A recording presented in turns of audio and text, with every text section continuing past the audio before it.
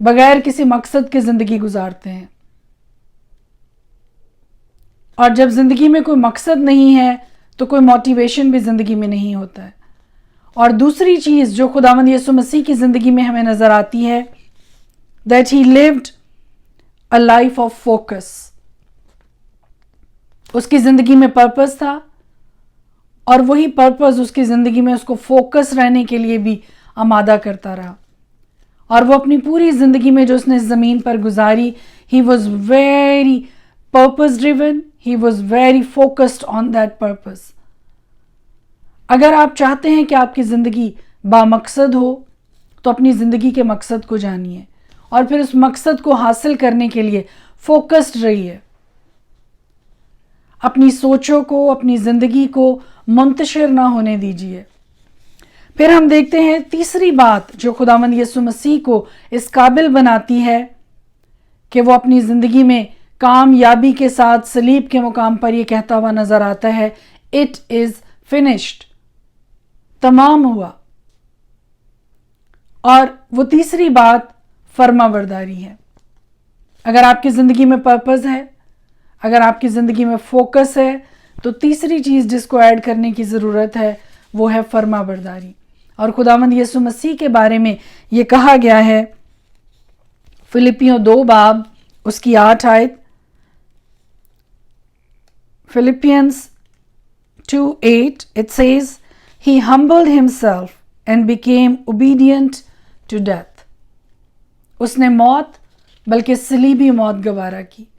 صلیبی موت کوئی بہت خوبصورت موت نہیں تھی بلکہ لعنتی موت تھی جو اس نے آپ کے لیے اور میرے لیے برداشت کی. اس نے آپ کے لیے اور میرے لیے گوارا کی. جب وہ صلیب پر تھا تو وہ جس نے اپنے منہ سے یہ کہا کہ راہ، حق اور زندگی میں ہوں، اس صلیب کے اوپر لٹکے ہوئے دشمنوں نے جب اس کو دیکھا، فقیوں نے، فریسیوں نے، بزرگوں نے اور قوم کے دوسرے لوگوں نے they were mocking at him, they were teasing him کہ اگر تو خدا کا بیٹا ہے تو اپنے تئیں بچا. لیکن خداوند یسوع مسیح نے ان کے مذاق کا جواب نہیں دیا because he had purpose in his life.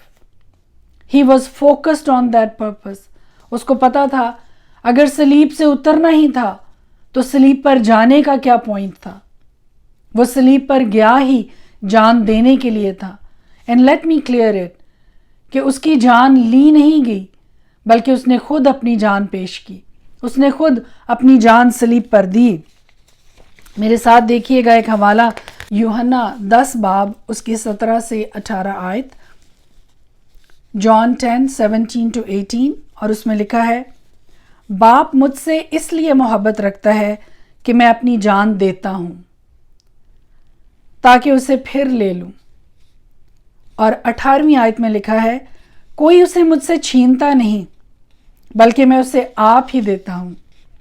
مجھے اس کے دینے کا بھی اختیار ہے اور اسے پھر لینے کا بھی اختیار ہے. خداوند یسوع مسیح سے پہلے پرانے عہد نامہ میں بھی بے شمار مردے زندہ ہوئے. خداوند یسوع مسیح کی زمینی خدمت کے دوران بھی کئی مردے زندہ ہوئے. لیکن ان سارے زندہ ہونے والے مردوں میں ایک بات کامن تھی اور وہ تھی کہ ان کو زندہ کرنے کے لیے کسی نہ کسی نے دعا کی، کسی نہ کسی نے انٹرسیڈ کیا ان کے لیے اور یہ معجزہ رونما ہوا.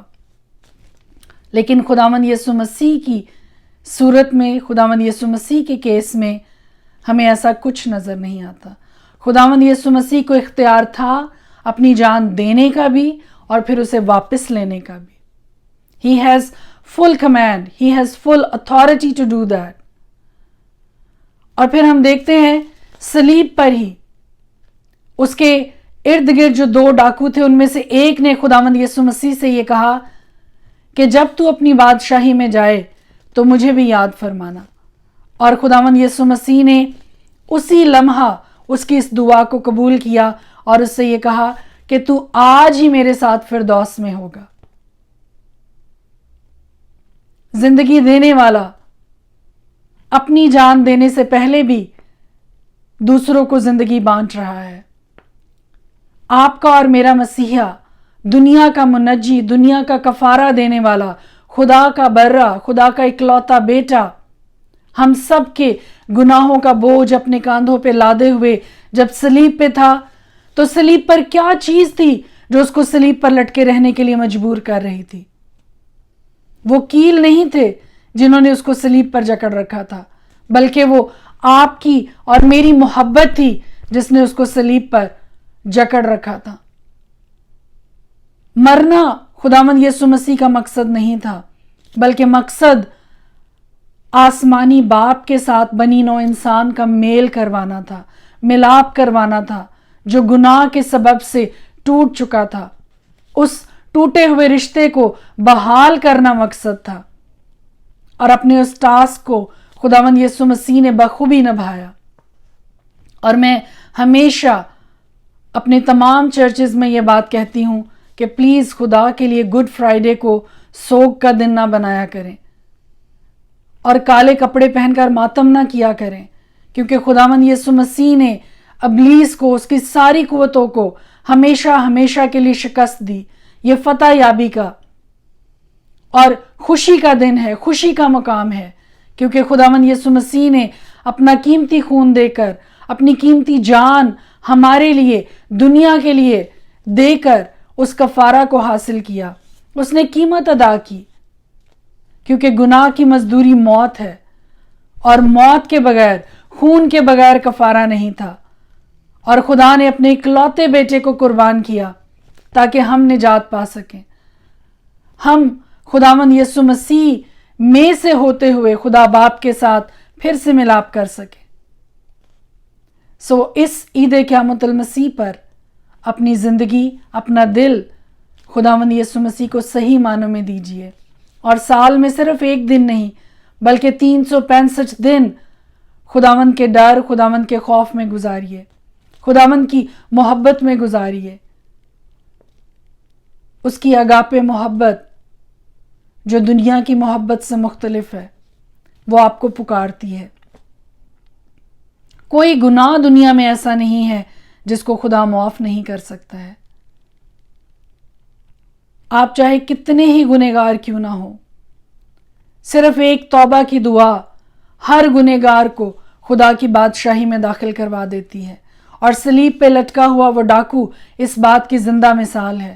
نہ جانے اس نے زندگی میں کتنے گناہ کیے ہوں گے، نہ جانے زندگی میں کتنی زناکاری، بدکاری اور ہر طرح کا قتل اور ہر طرح کی چوری، ڈاکہ، نہ جانے کیا کچھ کیا ہوگا، لیکن ان سب گناہوں کی معافی صرف ایک جملہ بولنے سے ہو گئی، جب اس نے یہ کہا کہ جب تو اپنی بادشاہی میں جائے تو مجھے بھی یاد فرمانا۔ ایک چھوٹی سی دعا جب آپ اپنے دل سے ادا کرتے ہیں، اپنے منہ سے یہ لفظ نکالتے ہیں، تو وہ خدا کی حضوری میں قبول ہو جاتے ہیں۔ شاید زندگی میں بار بار موقع نہ ملے۔ بائبل بڑی خوبصورت بات یہ کہتی ہے کہ you knewest not the time of your visitation، تم نے اس وقت کو نہ پہچانا جب تم پر نظر کی گئی۔ آج جب آپ اس کلام کو سن رہے ہیں تو آپ دنیا میں جس بھی حصے میں ہیں، اپنا دل، اپنی جان، اپنی زندگی خداوند یسوع مسیح کے قدموں میں دے دیجئے۔ کہیے کہ خداوند خدا، میں اپنے سارے گناہوں کی معافی تجھ سے مانگتا ہوں، تجھ سے مانگتی ہوں، مجھے معاف کر، اور اپنی حضوری میں پاکیزگی سے، راست بازی کے ساتھ، سچے دل کے ساتھ چلنے کی توفیق عطا کر۔ اپنی زندگی میں 3 باتوں کو یاد رکھیے۔ Your life should be purpose driven life. Your life should be focused on that purpose, and your life should be in obedience. May God bless you. اگر آپ ان باتوں پہ عمل کریں گے تو کوئی وجہ نہیں ہے کہ آپ بھی خداوند یسوع مسیح کی طرح سے ہی کہہ سکیں It is finished. The task that you have given to me. وہ کام جو تو نے مجھے دیا، میں نے اس کو بخوبی پورا کیا ہے۔ اور پولس رسول کی مانند آپ یہ کہہ سکیں گے کہ میں نے اپنی دوڑ کو کامیابی کے ساتھ ختم کیا ہے، اپنی کشتی کو اچھی طرح سے لڑا ہے۔ خداوند آپ کے ساتھ ہو، اور عید قیامت المسیح، خداوند یسوع مسیح کی جی اٹھی زندگی آپ سب کو مبارک ہو۔ خداوند یسوع مسیح کا بہتا ہوا خون آج بھی بیماریوں سے شفا دیتا ہے۔ کوئی لا علاج بیماری میں بھی مبتلا ہے تو خداوند یسوع مسیح کا خون اپنے اوپر لگائیے، آپ کی ہر طرح کی بیماری آپ کے بدن سے جاتی رہے گی۔ خداوند یسوع مسیح کی برکت آپ کے گھرانوں پر، آپ کی زندگیوں پر ہمیشہ تک رہے۔ آمین۔